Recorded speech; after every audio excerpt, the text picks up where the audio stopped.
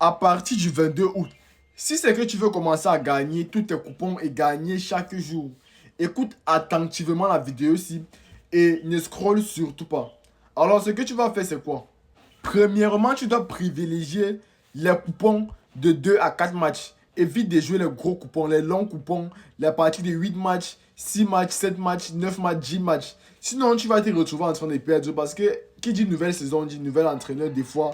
Qui dit nouvelle saison dit nouveau joueur. Et pas parce qu'une équipe était performante la saison passée que ça veut dire qu'ils seront performants. Donc peut-être sur le match là, tu vas ajouter ça sur ton coupon pour perdre. Le deuxième truc, c'est que tu ne dois surtout pas te fier. Et je dis pas surtout au classement de la saison passée.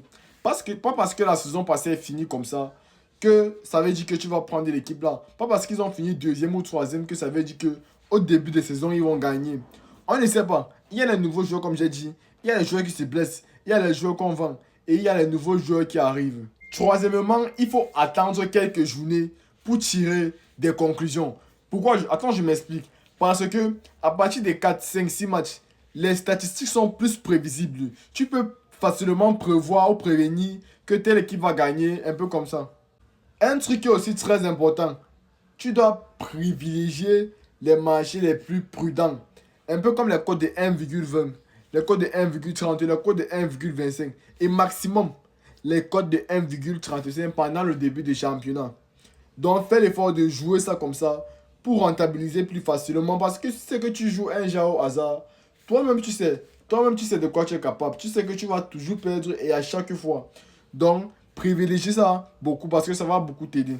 Donc, ce que tu dois déjà retenir, c'est que, pas parce que c'est le début de saison que ça veut dire que tu vas miser beaucoup. Parce que tu te dis que les équipes s'y vont gagner. Écoute ça très bien. Fais l'effort d'analyser.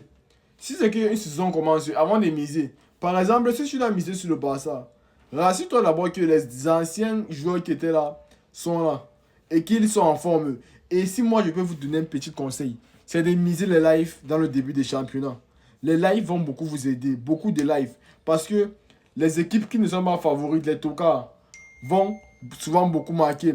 Et quand ils vont marquer comme ça va vous aider à plus facilement analyser. Comme si par exemple on marque le Real Madrid. Tu sais déjà que le Real va marquer. Même si le Real ne gagne pas son match, tu sais que le Real va marquer. Donc ça serait facile pour toi d'analyser certains matchs. Et il y a des équipes qui en ce début de saison-ci, ils vont très bien jouer. Et moi, je connais déjà 5 à 10 équipes.